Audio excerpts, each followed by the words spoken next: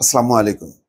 কিছুক্ষণ আগে টেলিভিশনের স্ক্রলে দেখছিলাম বিএনপির মহাসচিব মির্জা ফখরুল ইসলাম আলমগীর বলেছেন, এপ্রিল মাস নির্বাচনের সঠিক সময় নয়। আর জামাতের আমির ডাক্তার শফিকুর রহমান বলছেন, জাতি যেন তেন নির্বাচন চায় না। কিন্তু তিনি এপ্রিলের যে নির্বাচনের সময় ঘোষণা করেছেন প্রধান উপদেষ্টা, সেটাকে আবার সমর্থন করেছেন, সন্তুষ্টি প্রকাশ করেছেন। তাহলে একটা দলের প্রধান শফিকুর রহমান নায়েবে আমির, তিনি যা বলছেন তার ঠিক বিপরীতে মির্জা ফখরুল ইসলাম আলমগীর বিএনপির মহাসচিব বিপরীত কথা বললেন।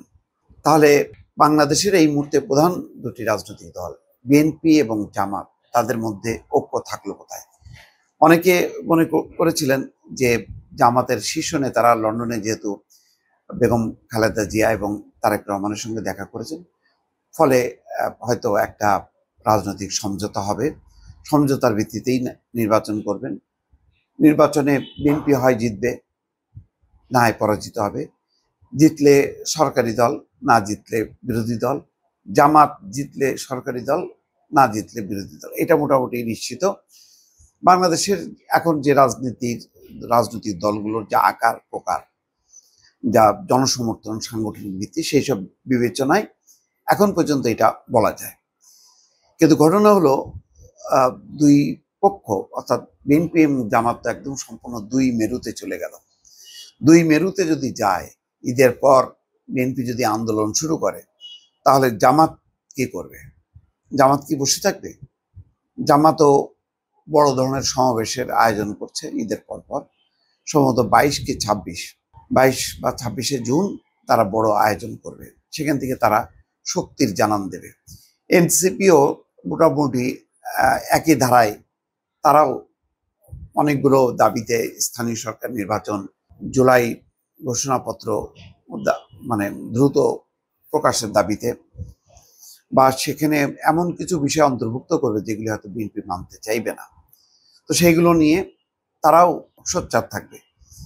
তাহলে রাজনৈতিক দলগুলোর নতুন একটা বিরোধকে আমরা ঈদের পরে দেখতে পাবো কিনা, সেটাই একটা শঙ্কার বিষয়।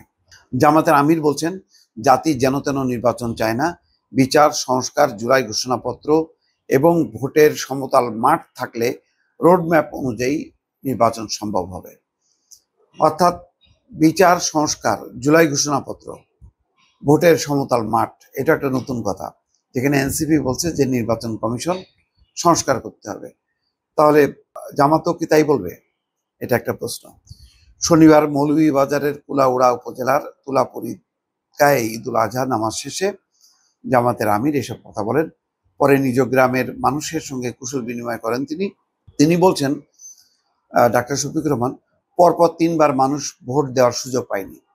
এবার নতুন ভোটার যুব সমাজকে ভোটের সুযোগ করে দিতে হবে। প্রধান উপদেষ্টার সহযোগিতা চাইলে আমরা সহযোগিতা করব, তবে দেশের সংকট শেষ হওয়া খুবই জরুরি। সংকট তো একটা নতুন মাত্রা নিল, যেখানে বিএনপি বলছে যে না, ডিসেম্বরেই নির্বাচন, এপ্রিল মাস নির্বাচনের সময় সঠিক না, যেটা মির্জা ফখরুল ইসলাম আলমগীর আজকে বললেন।